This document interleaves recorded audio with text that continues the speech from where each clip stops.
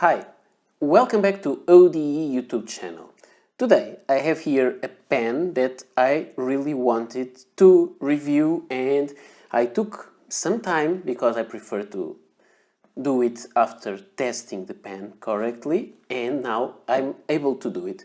So today I'm reviewing this pen. This is the Duchessa 1935 Antiqua, or Duchessa 1935 if you find it easier to say it in English. So, first of all, let me thank to Fabio Morici for sending me this pen for review. I want to say this up front. This pen was sent to me free of charge for review and for me to keep it. So I'm very happy with that. I have to say that my opinion, which will be positive as you'll see, is not influenced by the fact it came free of charge. It is positive because of what it is. And I was already expecting to have a very interesting pen since the beginning. Since December 2020, when I made a video of my wish list of pens for 2021. And this pen was there on that wish list, and I was lucky to have it. So, that said, let's go for it.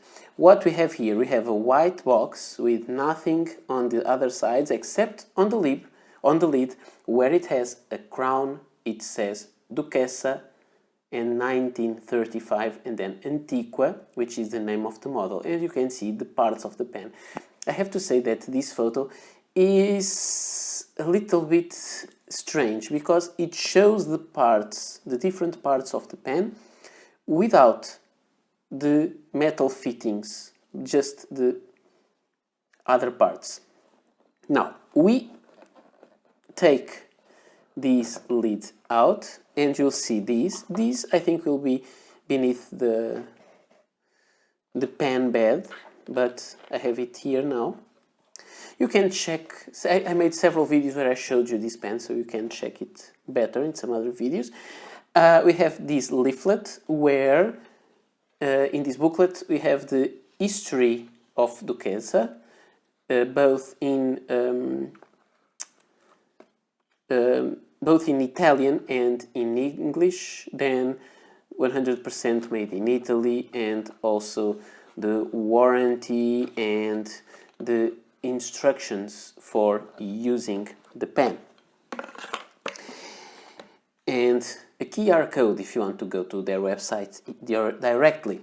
Then we have the pen here inside this cutout. And let me take the pen out, put it here, and take the box away because it is not important anymore. I like the kind of box, as I told you, just the top image is a little strange in my opinion because it only shows every single part separately instead of the full pen with all the parts. Now, I have to say there are lots of things to say about this pen. So let's start by showing the pen in its parts. So we have a plastic resin pen. In this case it is made of yellow resin, but you can choose it in several colors. There is a total of 13 colors to choose the pen, so you can make it as you want, as you wish. And let me bring back the cap, the box again, and you will be able to choose a color for this part of the cap, a color for this top piece of the cap, the one that is above the clip, one for the section, and another one for the barrel. So you can choose 13 colors for each part, and you can go like this, choosing one color for every one single color for every part of the pen, or choosing whatever combination you want. You may even want to have different colors for each part. There are materials that I have to say that are much nicer than these, like marblings, the marbled ones, which are much nicer in terms of aesthetic qualities. However, when they asked me if I wanted to review, and I said yes, and then they asked me which of these pens I would prefer, the kind of configuration, I asked for all yellow. This was the one that was on my wish list, and this is how I wanted it, all yellow, because I guess you know by now I'm crazy about yellow pens. So this is how it is. This one is yellow. You have this top part of the cap is a little bit like conical. Then you have the clip here, which is metal with that pattern engraving. And yes, the clip is vintage. Then you have the cap. There is no bands, there is anything. The only band is like the band that supports the clip. Then you have anything else, and you go smoothly into the pen barrel. You have this kind of engraving that says Duchessa and with the crown, and it looks like the black mixed a little bit with the yellow. It's not like this in every pen. In some pens the engraving is a little different in the way, but because this one is a clear, very light colored pen, you have that. And then you have the lever, because this is a lever filling pen. You unscrew it, the cap, by turning 1.5 turns. And you will have a section which is yellow, in my case, the threads which are very fine, and then you have a nib like this. It has some ink on it, and it is a steel nib, but it is also a vintage nib, and it reads there. I don't know if you can see, it has a crown like you have it on the box. Then it says Duchessa, and then it says Iridium and 5, and this is what is engraved there. Then you have a feed made of plastic, and that's it. These are the parts of the pen. So now let's go for the details of the construction. As I told you, this pen is a mix. This pen is a mix of modern pen and vintage pen. And how is that? The owners of this company, and I'm talking mostly about Mr. Fabio Morici, which is a pen person, Nibmeister, that lives in Italy. He found, or someone related to him, they found parts of the pen. So they found vintage parts, they found lots of vintage nibs from a brand from Milan or Milano, which was called Duchessa. And because the Duchessa was founded in 1935, they called it the new brand Duchessa 1935. They had the vintage nibs, and so they decided they could have done when there was another option. They could have saved the nibs and used them for repair old pens from Duchessa, or they decided to do otherwise because they found old nibs. So they went and searched for older clips, vintage clips, and vintage lever filling systems, and then they put all these vintage parts in those parts that they made as new. So they created a model that would be compatible with a vintage model, and they created this pen. All the resin parts are new, and that is why you can go to their website and configure. You have the images, and you can configure each color for each part, and you'll have the price for it. And you can do that. It's very nice. I think this concept is amazing. I love to go to the flea market and find an old pen and bring it back to life. This is a whole other stage, because they found vintage parts and they decided these parts deserve to be alive again, and how can we do that? To put them in the new pen. So let's create a design that is compatible with the vintage design. We'll create the parts, people can choose the colors, and we'll put the vintage parts in a modern pen, but keeping the vintage spirit of it. And I think, in my opinion, this concept is amazing. I really, really, really like it. I think this is great, and it's hard for me to say better things about the concept. Now, the price. This is a limited edition of 250 units, and they will cost as a base 215 euros. It depends on the materials you choose for each part, but the cheaper one will be like that. So the pen is nice. I think it is well made. It's not perfect, and I'll go for it in a little moment, but I think just the concept is amazing, and I really like it. So let me first talk to you about a few characteristics about the pen, and let's talk about the things that may be a defect. For me, there is one thing that is a little bit annoying, and I have to say that. I know the pen was very gently given to me, but I have to say that. Is that the clip is a little bit loose. As you can see, when you do this, it falls down a little bit. It doesn't stick in place. It sticks, but you just do that and it will fall. So you'll have that, and this can catch in something and you'll squeeze the ink out. So that's, in my opinion, the real flaw of this pen. I don't have a lot of vintage pens. I have this vintage cow fountain pen, and you do that and it doesn't return to the regular, to the original position. You see, you have to press it, but when you press it, it stays there, but it doesn't return. So I think there will be some variations throughout time.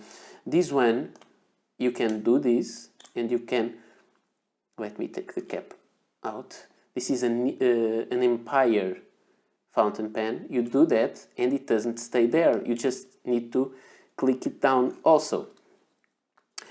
And I have, for example, an Osmiroid 65, which I called 35 in a video by mistake. And you have the lever, and you do that, and this one springs back very strongly and stays in place. And finally, I also have here an Esterbrook J, and you can lift the lever and it will fall back down, and it will not do what you see here. So if you ask me which is the flaw of this pen, I would say this is. There are some other stuff, and the other stuff I will not say they are flaws, they are characteristics. Even then, I will have to say that I asked them and they said they couldn't avoid it. It was the price to pay to have a vintage type of filling system into a pen with some modifications inside and with a newer look. So they could not avoid that, and this is something we have to live with. I have one of those sticky stuff that we can use. Okay, this kind of thing, I don't know how to say this in English, but I guess you know this. This is kind of a dough that you can take out and to place some posters on the wall or something like that, where you have this sticky thing, which is kind of a chewing gum. So it's possible to take a very small little ball of these and mold it and put just a little ball there, and it will keep it flat. So I will do that. I just didn't do it for this video because I wanted to show how it is. So this is, as I tell you, the flaw, let's call it like that. Now the other characteristics. The clip, very good, very springy. The pen has several entries for the thread, lots of them, and it takes 1.5 turn to cap. So when you do this, most often you will do it and you'll have that the lever will not be aligned with the clip.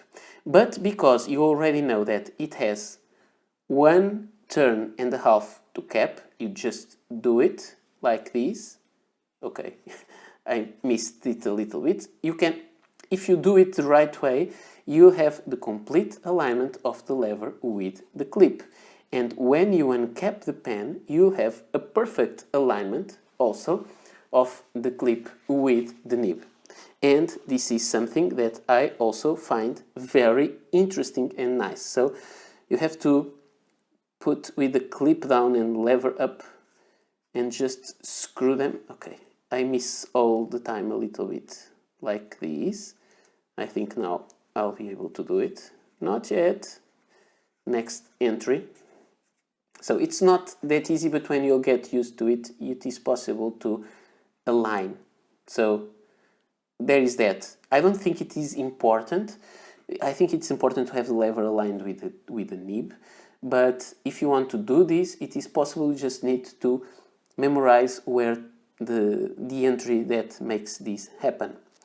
The pen is not very long, but it is quite fat, which is nice in my opinion. And you can post the pen. And the pen has a very interesting feature. It has a magnet here inside. I'm not sure if you can see it. And that metal part attracts the bottom of the barrel, and I think this is a great idea. So it looks a little bit wobbly, but it will not fall down because it has a magnet that keeps it in place. And if you ask me, you can write with the pen and post it perfectly. It's not that short, it is quite fat here, very nice, but you can post it, and I think it's the way it feels the best. So it is very nice. I feel the nib is very nice, very well adjusted, very wet. This pen, be aware of this, they may have another thing. It's not a defect, it's a characteristic. When you choose a material like this yellow, you may be able to see some ink inside. And if you are too clumsy like me, and if you let some ink go into the cap, you will see there will be these kind of spots where you can see the ink through the pen, the material, because the material is light. That's just that. Not a defect, it's a characteristic, and I just wanted for you to be sure of this. So this is the pen. Is it perfect? Not yet, not totally because of that. Is it cheap? Not that much, because it is 250 euros. 215 euros as a base, but it is a limited edition of 250 units. So there is that. There is also the question of the nib that is not gold, but it is a vintage nib. And I think, in my opinion again, I think it's worth it. Now, let me just show it, the size comparison of this pen with a Lamy Safari, also in yellow, but this is a much warmer tone of yellow, and a Parker Centennial Dufold. And you can see that the Parker Centennial Dufold is, the other two pens are a little bit longer. When you uncap the three pens and you try to compare them uncapped, you will see that the Duchessa is just a little bit shorter, but not that much. It looks almost a little bit greenish when compared with the other ones, but it's not. It is yellow. It's a cool shade of yellow. I want to show it next to also some other pens. So we have the Lamy Safari, the Parker Centennial Dufold, and I want to show it next to the Aurora Duocard, which has the yellow, has a closer tone, and you have here a Kaweco Sport, and this is the older edition, the Cab Yellow, which is a little bit warmer also, but it is a nice, I love yellow pens, so this makes a lot of sense for me. And I have also here this William Shakur, which is a much more orangey color. Now, finally, I want to talk to you about something else. This pen, because of the concept, I like it a lot. And this is someone that is working on their pens in a very artisanal way, and I like that. And you can see here that I like that kind of thing. And I have maybe 5 pens where I can see that. This one, because they are constructing their own pens, they are now working on new models, and I'm very curious about that. They made it and they created the pen based on vintage parts. And I think modern pen, vintage look with vintage parts, I think that is amazing. This is the William Shakur, which is a 3D printed pen. So interesting pen from in a totally modern way. Then I have here this Gravitas in stainless steel with skulls, which is a very interesting pen, a modern one, also made by an independent pen maker, and I like this kind of stuff, I really do. I have here my Penteo Samurai Ironwood, which is a pen made of wood and ebonite by Penteo in Czech Republic with urushi treatment, and this is amazing. So the kind of care these artisanal pens have in them, it's something that is really touching. And I also have this one. This is a pen, a replica of a Parker Senior Dufold from the 1920s, but made of solid copper. So it is a very nice pen, made to the same specifications as the vintage one. So I really like this kind of new creations or homages to their old history. I always said that I love the homages to old pens, and this is, in my opinion, one of the most perfect ones I have ever seen. The problems, this thing comes out a little bit. You may see there may be a little, maybe it's not completely leveled, the cap and the barrel, but I don't find it really a problem. I think many vintage pens would have this kind of discrepancies between parts. So if you ask me, is this pen perfect? No, it's not. Is it a great pen as it is? Yes, it is. And now let's see. I love the concept, and the concept alone makes me want this pen and recommend it if this is the kind of thing you like. And now let's see it working. And here we have the pen and paper, and let's see how it performs. So let's uncap the pen and post it. One suggestion that I will make to the maker of the pens is that if he polishes the threads a little bit more, maybe it will be easier not to have these ink residues, but that's a problem of a yellow pen. If this was a black pen, you wouldn't notice that. So this we are reviewing today, the Duchessa. I'm saying it in English because it's easier. 1935 Antiqua in yellow, and I'm writing with very light pressure. And this is a, I would say, fine medium nib. The ink that I'm using is vintage Parker Quink Black. As you know, it is a favorite of mine. And the paper that I'm using is the usual Rhodia .pet. And as I showed you, I'm writing with light pressure. So light pressure. And I think you can see there is some line variation with this pen. And this is the downstroke, very light pressure. This is the cross stroke, so like a fine. And if you pressure it a little bit, you press it a little bit, you have a wider stroke. And if you press a little bit more, you'll have this. So this nib is an amazing nib. It is a vintage nib, it is a steel nib, but it has the vintage feel of a vintage flex, not extreme flex, but with some flex, definitely. And I think this is an amazing thing. The pen is very wet, even with no pressure at all. And if you decide to make some more pressure, obviously there will be more ink on paper. So the pen is smooth, for sure, but it makes something that some older pens make. It makes kind of a singing on the paper.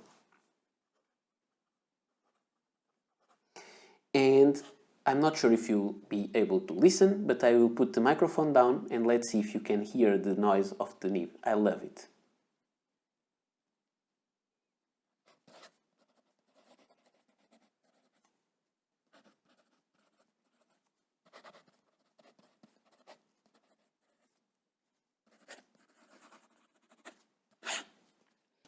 I hope you could hear this. This is not even feedback.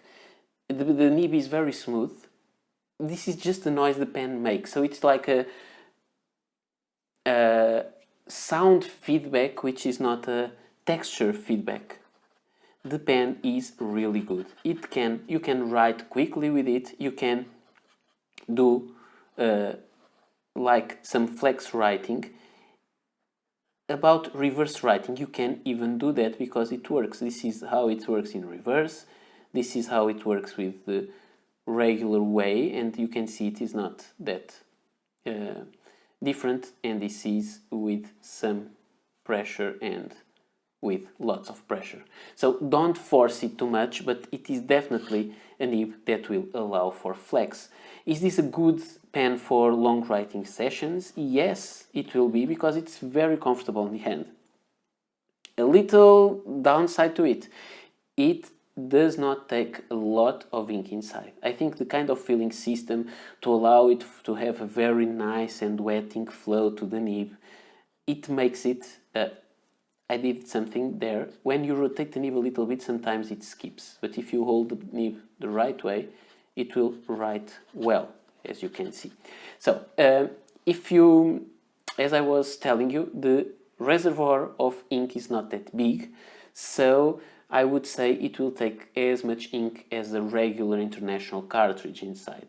Is that a problem? No. For me, it is not. If you are looking for a long, very big ink capacity, go for a pen like this, which has a huge place to get ink inside, piston filler.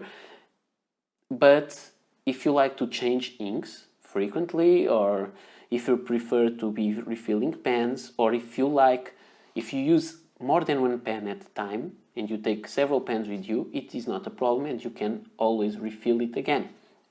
So I have no problem with that. I like cartridge pens, so I'm used to be refilling pens. For me, a pen is not something that I will ink up forever and never change ink again. I want to say something else again, is that when you look at the nib, it may not look aligned. As you can see, it looks one time is a little bit downer than the other. But when you do right, it is very smooth. And it happens because every nib was adjusted before it was put in the pen by this nibmeister, Fabio Morici. So he adjusts the pen, he makes it smooth and everything. But the vintage nibs, because they are very flexy, they may stay a little bit up like this when they are resting, but when you press them on paper, and not press them hard, you just do this, and this one lifts a little bit as soon as it's in paper and it writes perfectly. That's what happens with this pen. So, no problem.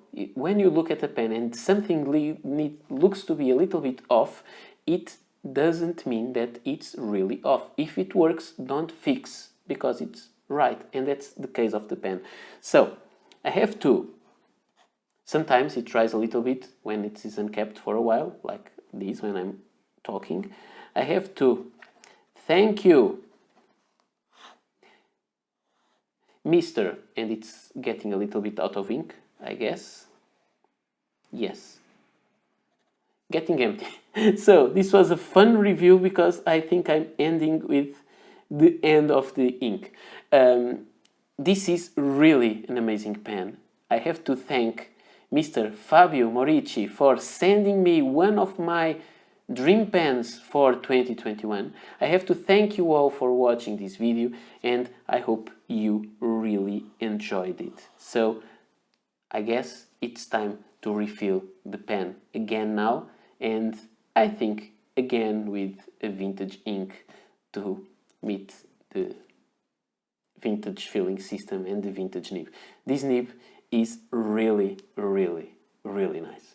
So, thank you all, and I hope to see you soon. Bye.